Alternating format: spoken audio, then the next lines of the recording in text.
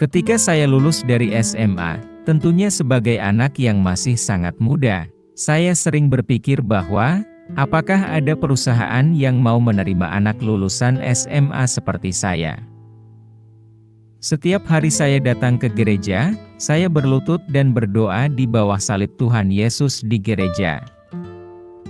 Saya berdoa dan meminta kepada Tuhan, agar diberikan pekerjaan, di mana hari Minggunya libur, sehingga saya bisa tetap melayani sebagai pemain musik di gereja. Dengan tekun saya datang untuk berdoa, hingga pada akhirnya, setelah lewat 3 bulan, ada saudara saya yang menawarkan pekerjaan kepada saya. Hati saya sangat bersukacita, dan segera menerima tawaran pekerjaan tersebut. Pada waktu interview dengan pemilik perusahaan, yang ternyata baru saya ketahui, bahwa beliau masih ada hubungan saudara dengan mami saya. Saat interview, saya sangat ingin bekerja di bagian toko, karena tentunya bisa lebih santai dan bisa selalu pulang ke rumah setiap hari. Namun, kenyataannya berbeda 180 derajat dari yang saya harapkan, karena pemilik perusahaan tersebut menginginkan saya untuk menjadi sales marketing.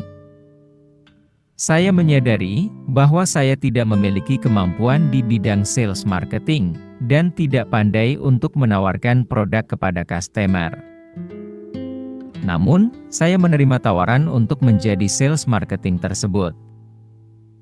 Kemudian, setelah keliling di daerah sendiri selama beberapa waktu, pemilik perusahaan menginginkan saya untuk berkeliling dan menawarkan produk ke daerah Jogja, di mana saya secara pribadi sama sekali belum pernah ke Jogja.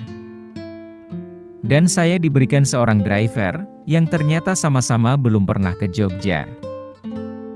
Waktu pertama kali sampai di Jogja, kami sempat menemui kesulitan saat hendak mencari penginapan, karena tarif harga penginapan di daerah Prambanan tidak sesuai dengan budget yang ditentukan perusahaan. Akhirnya, kami berdua melanjutkan perjalanan, di tengah kondisi telah larut malam. Kemudian, kami berhenti di sebuah hotel. Saya bertanya kepada resepsionis tentang berapa tarif harga menginap di hotel tersebut, ternyata masih belum sesuai dengan budget.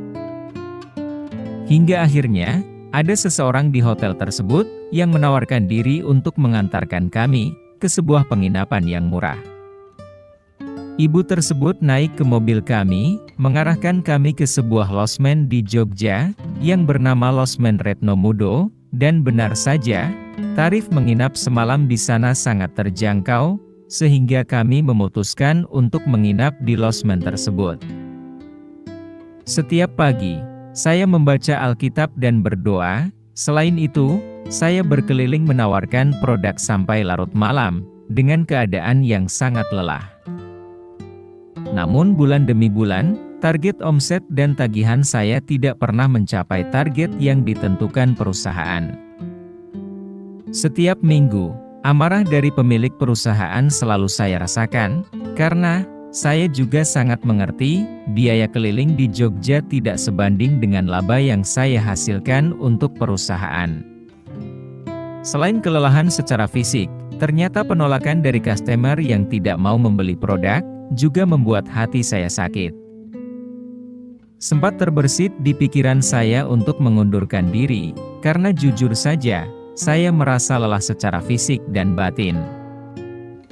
Terkadang, di dalam hati, saya bertanya kepada Tuhan, "Tuhan, saya sudah baca firman dan berdoa setiap hari. Saya juga giat bekerja, bahkan baru pulang ke losmen pada waktu larut malam. Namun, mengapa hasil omset dan tagihan yang saya dapatkan begitu sedikit?" Ketika saya hampir putus asa, Roh Kudus yang di dalam saya menguatkan saya, agar saya tidak berhenti dan menyerah. Roh Kudus berkata di dalam hati saya, "Nak, jangan menyerah, nanti engkau akan melihat sesuatu yang indah." Perkataan Roh Kudus yang menguatkan itu saya imani, sehingga membuat saya kembali bersemangat di dalam bekerja. 5 bulan berlalu, namun omset dan tagihan saya selalu sedikit. Akhirnya, Pemilik perusahaan tersebut memberikan saya kesempatan untuk menentukan sendiri berapa omset dan tagihan yang bisa saya capai di bulan ke-6. Namun, jika saya masih belum bisa mencapainya, saya akan dipindahkan di bagian administrasi. Lalu, saya menentukan omset dalam jumlah tertentu, dan pemilik perusahaan itu pun setuju. Di bulan ke-6 pun sama sekali tidak ada perubahan, sehingga pada pertengahan bulan Mei tahun 2006, pemilik perusahaan memindahkan saya ke bagian administrasi. Saat itu, saya belum mengerti apa yang menjadi rencana Tuhan atas hidup saya. Ternyata, 1 minggu kemudian, tepatnya pada tanggal 27 Mei tahun 2006, terjadi gempa yang sangat dahsyat di kota Jogja. Saya pun akhirnya mengerti bahwa Tuhan hendak menyelamatkan saya dari gempa di Jogja yang menelan ribuan korban jiwa.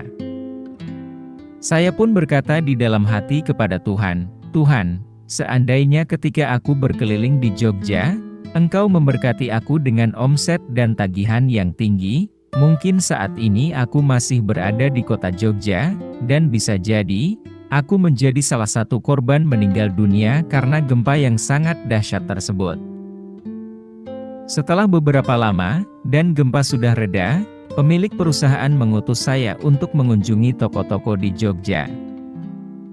Puji Tuhan, saya mempunyai teman satu desa yang kuliah di UGM Jogja, dan oleh rencana dan kehendak Tuhan, waktu itu dia sedang libur kuliah, sehingga bisa mengantarkan saya untuk berkeliling ke toko-toko, naik motor teman saya.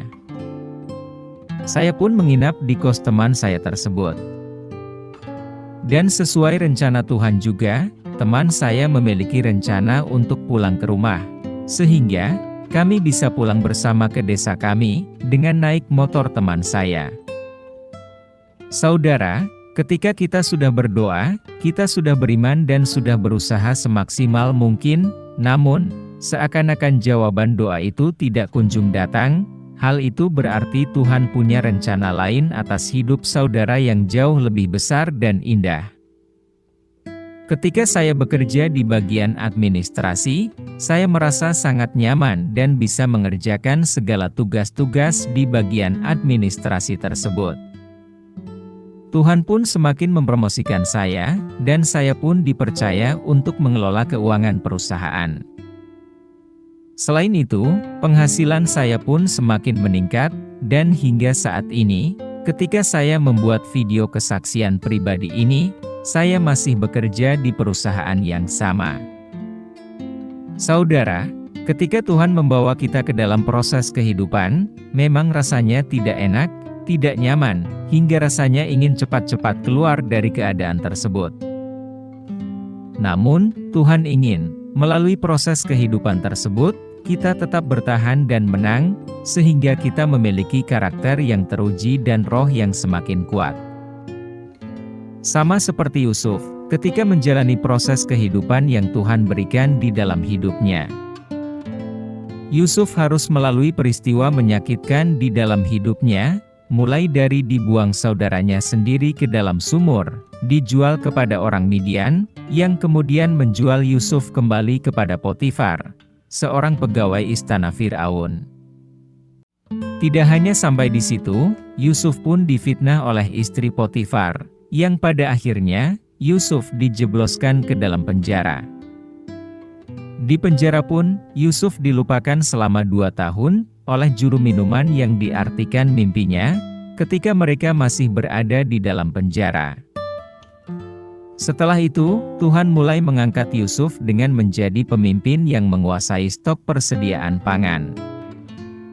Yang mana, di bawah kekuasaan Yusuf, Mesir menjadi penguasa di bidang pangan, karena banyak dari bangsa-bangsa lain, yang ketika masuk ke dalam masa 7 tahun kelaparan, membeli bahan pangan di Mesir. Di dalam proses kehidupan yang Tuhan berikan di dalam hidup kita, Tuhan mau membuat kita menjadi orang-orang yang kuat dan teruji, sehingga, kapanpun Tuhan mau memakai kita, kita sudah siap sedia. Mari kita berdoa. Allah Bapa kami yang di surga, Kami mengucap syukur untuk proses kehidupan yang Engkau berikan kepada kami. Kuatkan dan teguhkan kami ya Tuhan, di dalam menjalani proses kehidupan yang Engkau berikan. Supaya kami menjadi orang-orang yang memiliki karakter yang teruji dan roh yang semakin kuat. Sehingga kami selalu siap Engkau pakai untuk menjadi alat-Mu, untuk kemuliaan nama-Mu. Hanya di dalam nama Tuhan Yesus Kristus, kami berdoa dan mengucap syukur. Haleluya. Amin.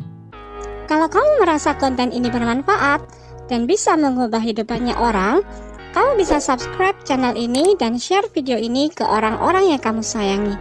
Tunggu video kami selanjutnya ya. Tuhan Yesus memberkati.